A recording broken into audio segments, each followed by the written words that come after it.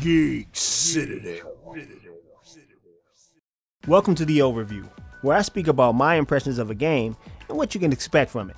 Today we're playing the Technomancer. Before we start talking about all the good stuff like story and all that, let's get into the graphics settings since I'm playing this on PC. There are many graphical options available to us here: SSAA, shadows, SSAO, etc. Most options go from low to high, but only shadows and texture quality hit the ultra mark.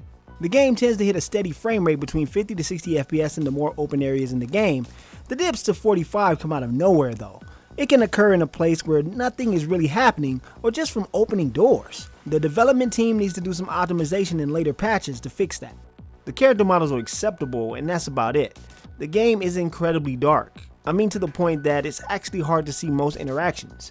I think the development team overcompensated on the shadows for this dark and gritty world. That being said, the backdrop is both dark and beautiful at the same time. The only terrible backdrop is Ophir, and that's on purpose. But once you get to Noctis, it will remind you more of a Final Fantasy type of future, with windmills and bright colors all around. Now that the graphics porn is over and done with, let's speak a bit about how the game engrosses us. You play as a low-born Technomancer named Zachariah Mancer. Does his name sound too on the nose? Well, that's the state of the world in Technomancer. People are named after their status in society. The world is filled with people named Jeremy Hunter, Scott Seeker, or Rick Sanitation. Okay, there's no Rick Sanitation, but similar titles are given to describe their roles in life. The Technomancer are commonly known as the Jedi of the world. They are used as a tool for combat during wartime and function regularly as militarized demigods. They are even the keepers of knowledge and wisdom in the world, so if they get any more Jedi-like, there might be some copyright infringement here. At first I thought we'd learn what it's like spending a life as a Technomancer and molding our character during times of war. That's cut short as soon as Zachariah is labeled a traitor and outcast from the city, so it quickly becomes a Technomancer versus the evil trying to destroy him. A bit disappointing, but it allows more freedom in the story. Zachariah can switch between 3 different fighting styles while mixing it up with Technomancer abilities. We have full reign over how we wish to specialize and equip our Technomancer. Zach can wield a staff, sword and board, or equip a shank and a gun. The combat is fast, but the animations are stiff and anything but fluid. The fights often look well choreographed, but they lack a sense of impact. It's a lot of blocking and dodging and watching Zach and his friends commit to the same combat animations, which is strange for a game with 3 different stances. Don't expect to see cool fighting animations or anything remotely visceral either.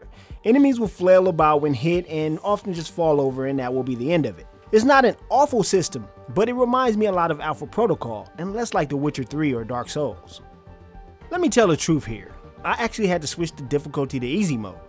I didn't want to grind through the often cumbersome combat to enjoy what the game has to offer. The combat really is the lowest point of the game, and it's sad because you do it way too often. There is a simplistic crafting system in place for upgrading items for Zack and his companions. You can apply buffs to armor, damage, etc. It's not too in-depth, but it will help for minor stat increases to weapons and armor. You may wish to invest in it early because it's the best way to upgrade your character. Loot drops in this game are, well, horrendous. With that stuff out of the way, let's talk about karma and reputation systems. This game operates equally to Mass Effect. You'll speak with a wide range of people and make a few decisions on how you wish to interact with them. You can be cruel, nice, or shades of gray. Karma works like you would expect, except for one caveat. You can gain or lose karma from making decisions in game, but you can also lose karma by killing helpless opponents for serum. Serum is how you pay for things in this world, but it's also shunned upon to take the lives of others. Reputation is something of a different beast. I've yet to see what positive reputation does but allow you to roam free in a city without being attacked. Negative reputation seems to place you at odds with the entire city, so you just end up fighting your way through the entire place. Each decision affects karma and reputation with the people who recruit the Technomancer for missions. If you do something exactly as they say, they will appreciate it. If you do things your way but still complete the objective, you may be deducted some reputation with that faction. I've yet to see the repercussions of allowing certain people to live come back and bite me in the ass, so it's uncertain if there are long-term effects to your actions. Like Mass Effect, the game is made up of a multitude of companions. Oddly enough, you seem to get the bulk of them right after becoming a traitor. Your crew contains a weird makeup of people, from the crazy doctor to the no-holds-barred, say-anything Amelia Reacher. She's probably my favorite character because she lets us know exactly how she feels. Who the fuck do you think you are? It's My warehouse, you prick. If there was a terrorist here, I'm pretty sure I'd have seen his ass lurking around. And yes, you can date your companions and smooze them and all that good stuff. The soundtrack is just okay, with typical layered synthesized sounds pumping in the background. There's nothing really memorable here, but it's there. Voice acting, on the other hand, is pretty good, except for the main character. This tablet's obviously ancient, but the text's undecipherable.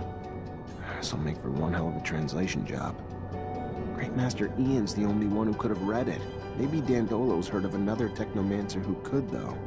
His voice acting isn't completely terrible, but the lines are not delivered with enough oomph that the script calls for. It almost feels like he should have played some kind of generic NPC, or at least a companion, so that you didn't really have to hear him all the time. Hey, officer. Should I be worried about your visit? If I was still an officer, maybe. I'm as much on the run as you are now. I would think that as someone who grew up as a rogue, he would have some kind of charisma, instead of sounding like a walking, talking iceberg. There are a couple of snags outside of the lackluster combat and optimization issues. The dialogue camera is beyond basic. I guess it works fine for this game since characters only have one emotion when they speak. I played a fair amount of hours and loot doesn't seem varied at all either. You just keep picking up the same old crap and never really get stronger. Traveling around the city becomes an annoyance after a few hours. It would have been nice to have some sort of mount to travel around these massive areas. The game also has the stupid idea that the main character should rest to earn bonus XP. What is this? An MMO? One thing I don't like about the game is that if you don't have the map open all the time, you're gonna get lost fairly quickly. And it's pretty hard to take in the scenery when you always have this map open in your face. The game could have used some kind of waypoint system, which would have made sense in a futuristic setting like this. If not for the stunning combat system, this could be an awesome game, or at least a more likable one. There's a lot of potential here for a great RPG. The world is filled with dark storylines and interesting people to communicate with. I enjoyed most of the conversations and the atmosphere of the game. That's all there really is to say about this title. The combat is a detriment on an otherwise interesting game. Luckily, it's at a budget price of $45. But even that is a bit of a stretch for what you get. Don't forget to like, comment, and subscribe, and if you have any questions about the game, leave it in the comment section below. Until next time, see you later.